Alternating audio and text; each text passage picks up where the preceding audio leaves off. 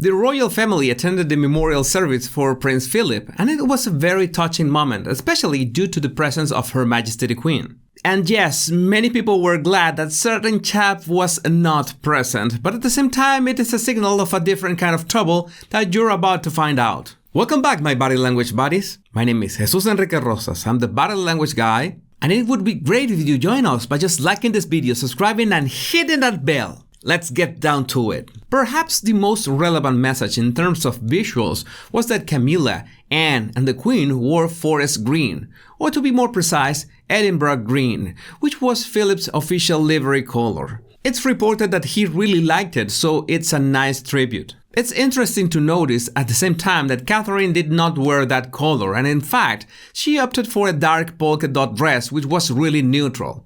That's a way of conveying the message that she didn't want to attract attention to herself, and the fact that she did not wear forest green was to let that attention be on Camilla, Anne, and the Queen.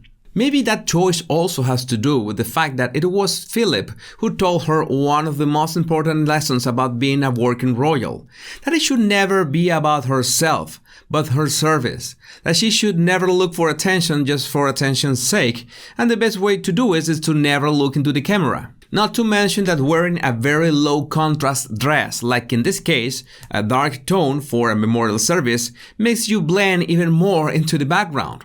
Even her hat was used, to some extent, to hide her facial features. But there was a very interesting reason he chose to wear a polka dot pattern of white dots on black. Yeah, the blended result is a general tone of dark gray, but the fact that you use two high contrast tones to achieve that adds vibrance to her dress.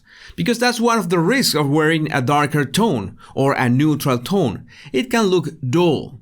But that pattern has movement, has life. And coming back to the color green, it is also a symbol for life. We instantly think of nature when we look at it, not to mention the images that form in our minds when we find out that the name of this tone is forest green.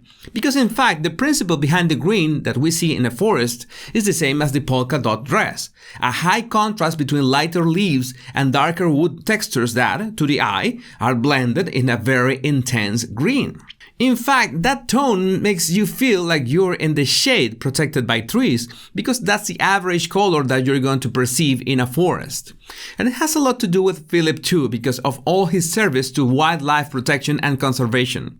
And we know that symbols like this have been used a couple times when making reference to him, such as the Queen's touching nod on her COP26 intervention, when she not only wore another green hue, very close to nature, but the photo of Philip in the background was surrounded by butterflies, which is, in many cultures, a signal of rebirth, of a new cycle, of a new life.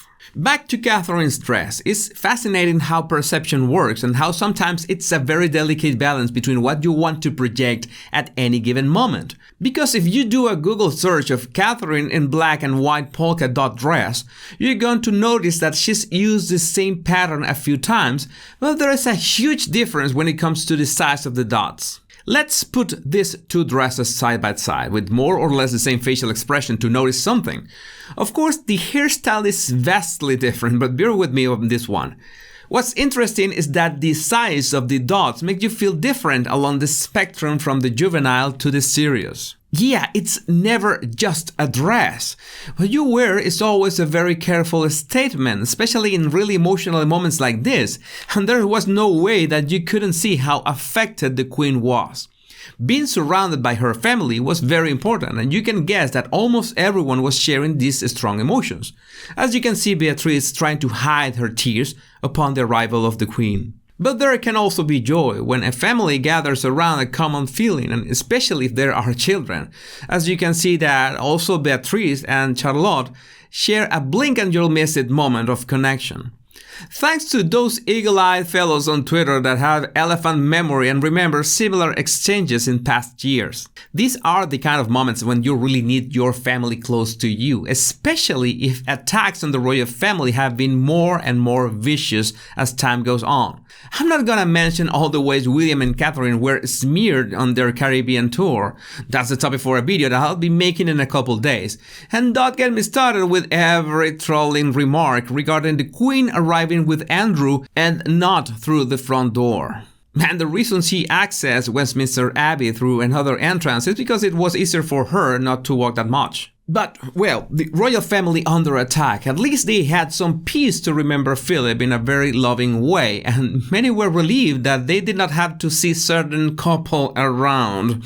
But at the same time, and no matter what has happened so far, you can be sure that Her Majesty would have wanted Harry to be there. I know, he has blindsided her more than once, smeared the family, attacked them directly or indirectly, but the very fact that the Queen has lived for so long, met so many people, and realized that most grudges do not lead to anything in life, not to mention that a memorial service is one of those moments when we tend to think about how we should cherish life more often, I'm sure she would have liked to see him there. To be able to spend a couple days with him, to have a word with him face to face, because with wisdom always comes compassion. That's a fact, and that's way beyond royal duties and the formality of the firm. But Harry's absence was completely his responsibility. He didn't need a formal invitation to attend. If it wasn't for his grandfather, at least he should have done it for his grandmother, because it would be very hard to imagine that Harry did not know how she was gonna feel at a moment like this. And I'm absolutely sure that he's regretting this absurd decision. And yes, I have to use raw language saying that he just put the nail on his own coffin because maybe, just maybe, Charles will be able to keep offering a hand no matter what happens. But William, well, I'm sure that he's gonna be a fair king. Then, in all his fairness, he's gonna give Harry what he wants. You want out? You will stay out. I would not find flaws on that logic. But then there are rumors that one of the real reasons Harry did not attend is because it would somehow collide with the narrative he will be publishing by the end of the year on his memoirs. It's not hard to imagine that the only way to make it a hit is to include more drama than 2 whole seasons of Grey's Anatomy. So at least, let's just hope that he doesn't attack the memory of those who are not here anymore, and of course, cannot defend themselves, because that would be really crushing for his grandmother. Sadly, the very fact that he did not attend his grandfather's memorial service only pointed in that direction, and I'm sure he's also avoiding sitting down with his grandmother in private, because he knows that she could talk him out of whatever he thinks he's doing with his life. I really want to know what you think about this, so feel free to share it in the comments. If you want to refine your observation skills, all you have to do is download my 100 body language tips, right in the description of this video. My name is Jesus Enrique Rosas, and it will always be a pleasure, my body language buddies. Much love and bliss.